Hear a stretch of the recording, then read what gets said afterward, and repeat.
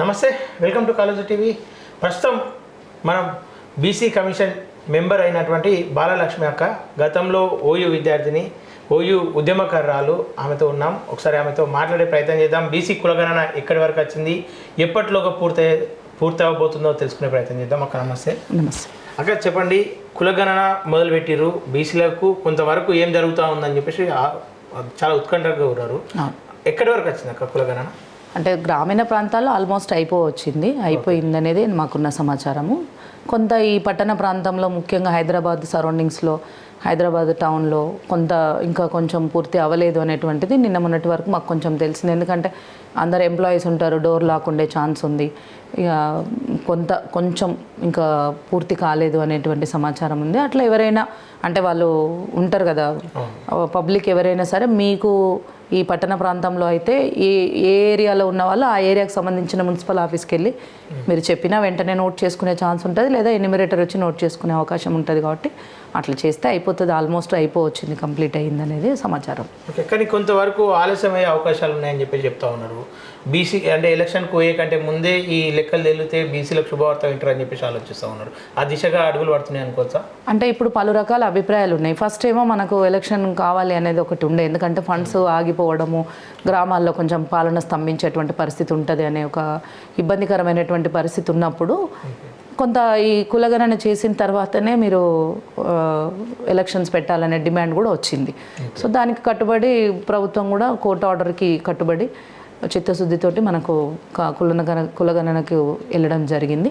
దాంట్లో బీసీ కమిషన్గా మేము, dedication commission వాళ్ళు మా వంతు పాత్ర కూడా మేము పోషించడం జరిగింది. ప్లానింగ్ డిపార్ట్మెంట్ సమర్థవంతంగా తను సేకరణ చేస్తూ ఉంది, కుల సర్వే చేస్తూ ఉంది, వివరాల సేకరణ చేస్తూ ఉంది. ఈ క్రమంలో ఏంటంటే ఈ వివరాల సేకరణ అయిన తర్వాత మళ్ళీ దీనంతా కంప్యూటరైజేషన్ చేసి ఆ డేటానంతా కూడా అనాలిసిస్ చేసి ఏ కులం వాళ్ళు ఎంతమంది ఉన్నారో, ఎవరికి ఎంత రిజర్వేషన్ ఇవ్వాలనేది ప్రామాణికంగా తీసుకోవాల్సి వస్తుంది. అది తీసుకున్న తర్వాత ఎలక్షన్ నిర్వహించడం ఉంటుంది. కాబట్టి ప్రభుత్వం అయితే స్పీడప్గానే చేస్తూ ఉంది, అంతా త్వరలోనే అంతా కంప్లీట్ అవుతుంది.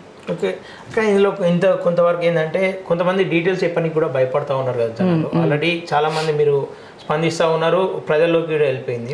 ఇంకా కూడా కొంతమంది డీటెయిల్స్ చెప్పలేరు. అట్లాంటి వాళ్ళకు ఏదైనా నష్టాలు జరిగే అవకాశాలు ఉంటాయా, అంటే ఎట్లాంటి పరిస్థితులు ఉండబోతాం? అంటే ఇప్పుడు కొంతమంది ఏంటంటే డీటెయిల్స్ చెప్పే క్రమంలో మేము ఇది చెప్తే మాకు ఆధార్ కార్డు, మన రేషన్ కార్డు పోతుందనో, మేము ఇది చెప్తే మాకు రావాల్సిన పెన్షన్ పోతుందనో, లేకపోతే మాకు ఇది ఉందని చెప్తే మాకు రావాల్సిన ఏదన్నా రైతు బంధు లాంటివి రావేమో అనేటువంటి కొన్ని అపోహల్లో ఉన్నారు. కాకపోతే ఇక్కడ ప్రజలందరికీ కూడా గౌరవ ముఖ్యమంత్రి గారు రేవంత్ రెడ్డి గారు కావచ్చు, బీసీ మంత్రి పొన్నం ప్రభాకర్ అన్న కావచ్చు, ఇతర మంత్రులు కావచ్చు, బీసీ కమిషన్గా మేము కావచ్చు, డెడికేషన్ కమిషన్ కావచ్చు, ఇవాళ ప్రతి ఒక్కరం కూడా మేము పేరున చెప్తున్న అంశం ఏంటంటే వివరాల సేకరణ అనేది ఏ కులం వాళ్ళు ఎంతమంది ఉన్నారు అనేటువంటిది ప్రామాణికంగా, దానితో పాటు ఆర్థికపరమైనటువంటివి, విద్యా ఉద్యోగాలకు సంబంధించిన అంశాలను కూడా మనం సేకరిస్తున్నాం. ఎందుకు సేకరిస్తున్నాం అని అంటే అన్ని కులాలకు సంబంధించినటువంటి ఇది ప్రధానంగా అయితే బీసీ వాదనతోటి, దేశవ్యాప్తంగా ఉన్న బీసీ కులగణన అనే వాదనతోటి మొదలయ్యింది. ఇక్కడికి వచ్చినాక ఒక బీసీ కులాల ఎందుకు అన్ని కులాలని మనం సర్వే చేస్తే అందరి డేటా వస్తుంది కదా అనేటువంటి ఉద్దేశంతో ప్రభుత్వం చిత్తశుద్ధితో ఈ అంశాన్ని టేకప్ చేసింది. బృహత్తర కార్యక్రమం ఇది, దీన్ని ముందుకు తీసుకెళ్లేటువంటి ప్రయత్నం చేసింది. ఇప్పుడు అందులో వెళ్ళినప్పుడు మనకు సంబంధించిన ఆధార్ కార్డులు చాలా చోట్ల ఇస్తున్నాం. ఒక సిమ్ కార్డు కొనాలన్నా ఆధార్ కార్డు ఇవ్వండి పని కావట్లేదు.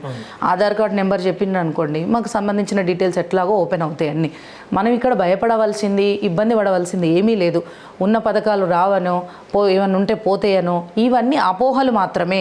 ఈ అపోహలన్నీ పక్కన పెట్టి ఇవ్వమని చెప్పినాం. దాదాపుగా ప్రజలందరూ కూడా ఇచ్చిండ్రు. ఎందుకంటే నేను ఇంత ఖచ్చితంగా ఎందుకు చెప్తున్నానంటే, మేము పబ్లిక్ హియరింగ్స్ నిర్వహించినప్పుడు వివిధ జిల్లాల్లో వెళ్తున్నప్పుడు కొన్ని చోట్ల మండల ఆఫీసులలో వెళ్ళి అక్కడ వాళ్ళు భద్రపరిచిన ఏదైతే ఈ సర్వే చేసి భద్రపరిచిన పత్రాలు ఉన్నాయో ఆ పత్రాలను మేము పరిశీలించడం జరిగింది. కంప్యూటరైజేషన్ జరిగే దగ్గర కూడా మేము కొంత పరిశీలించడం జరిగింది. కాబట్టి ఇచ్చిండ్రు. కొంచెం ప్రారంభంలో ప్రజలు కొంచెం ఇబ్బంది పెట్టిండ్రు ఎన్యూమరేటర్స్ని, కానీ తర్వాత కాలక్రమేణా వాళ్ళు ఇచ్చిండ్రు.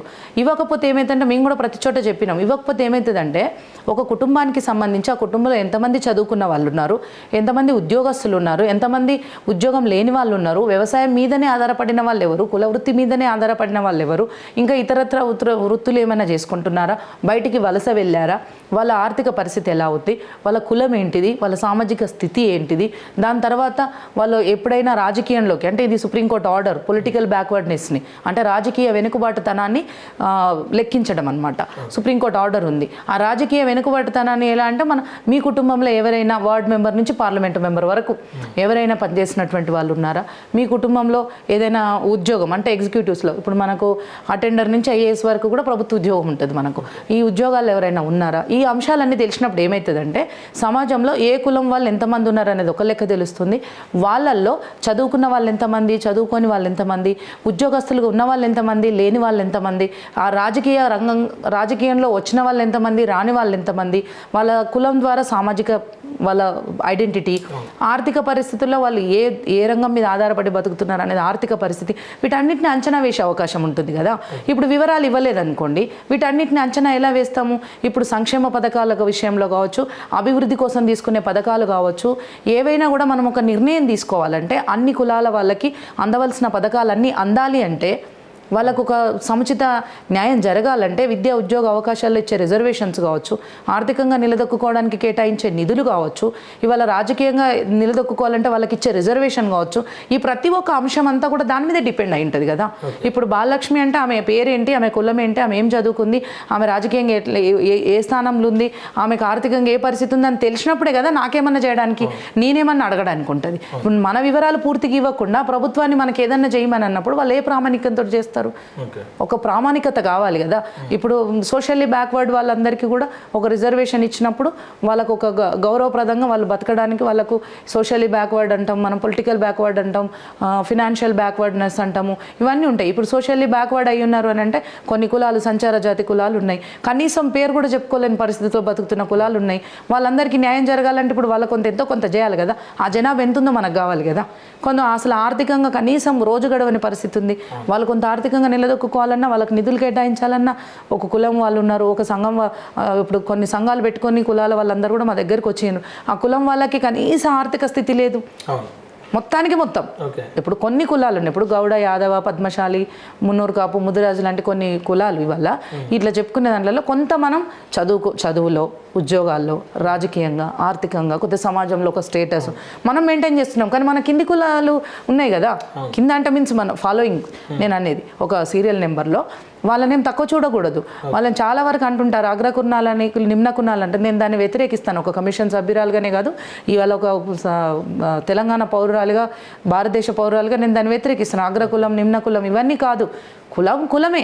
కానీ అందులో వెనుకబాటుతనం ఏంటి తెలియాలి కదా. అది తెలియాలంటే ఖచ్చితంగా అన్ని డీటెయిల్స్ ఇవ్వాల్సిందే అని మేము సర్వే జరుగుతున్న టైంలో ప్రతి ఒక్క పబ్లిక్ హియరింగ్లో ప్రతి ఒక్క విషయంలో మా చైర్మన్ గారు నిరంజన్ గారు, మా సభ్యులు రాపోలు జయప్రకాష్ గారు, తిరుమలగిరి సురేందర్ గారు, మేమందరం కూడా పలు సందర్భాల్లో పలు చోట్ల వాయిస్ ఇవ్వడం జరిగింది. పలు విషయాలను మేము తెలియజేయడం జరిగింది.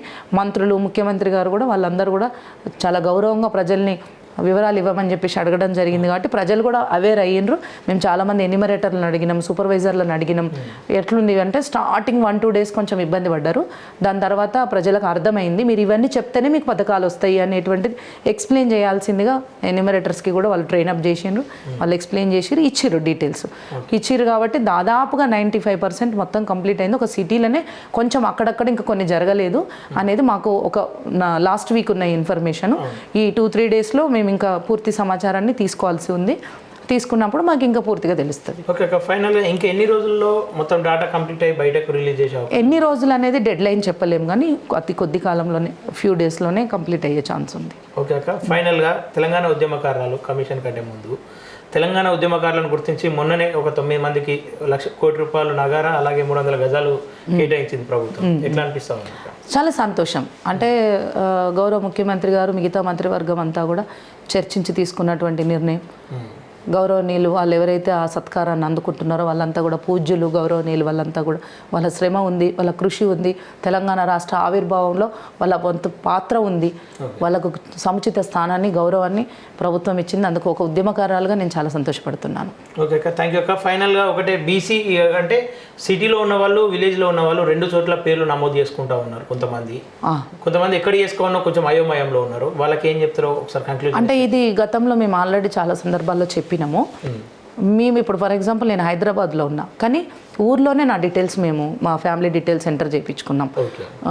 అంటే ఇక్కడ కొంతమంది ఏంటంటే కొంతమంది ఒక సందర్భంలో నేను మా బ్రదర్ వాళ్ళ ఇంటికి వెళ్ళినప్పుడు ఒక ఎన్యూమరేటర్ వచ్చి ఆల్రెడీ మేము ఊళ్ళో ఇచ్చినామన్నా కూడా ఆయనే రాసుకున్నాడు, ఉండనివ్వండి మేము రాసుకుంటాము అని చెప్పేసి. అప్పుడు నేను పక్కనే ఉన్నాను కాబట్టి నేను కమిషన్ సభ్యురాలనయ్యా, మరి మీరు ఎందుకు రాసుకుంటున్నారు, ఆల్రెడీ మా బ్రదర్ ఊళ్ళో ఇచ్చేసాడు అంటే, పర్వాలేదు మేడం మాకు ఒకవేళ డబల్ అయినా కూడా మేము ఆధార్ కార్డు ఎంటర్ చేసినప్పుడు నెంబర్ ఎంటర్ చేసినప్పుడు ఒకటే డీటెయిల్స్ తీసుకుంటుంది మాకు కంప్యూటరైజేషన్లో, ఇబ్బంది ఏం లేదు, కాకపోతే ప్రతి హౌస్కి మేము విజిట్ చేయాలి కాబట్టి నేను తీసుకుంటున్నానని అన్నారు. నష్టమేమీ లేదు. మోస్ట్ ప్రాబబ్లీ ఈ గ్రామీణ ప్రాంతంలో ఇచ్చిన డీటెయిల్స్ ఇక్కడ ఇచ్చిన కంప్యూటరీకరణ చేసేటప్పుడు వాళ్ళ ఫోన్ నెంబర్లు వాళ్ళ ఆధార్ కార్డు ఇచ్చినప్పుడు వాళ్ళు అక్కడ మెన్షన్ చేస్తుంది ఏదైనా. ఓకే అక్క, థ్యాంక్ యూ అక్క. బీసీలకు త్వరలో శుభవార్త చెప్పాలని మనస్ఫూర్తిగా కోరుకుంటున్నాను. తప్పకుండా, థ్యాంక్ యూ.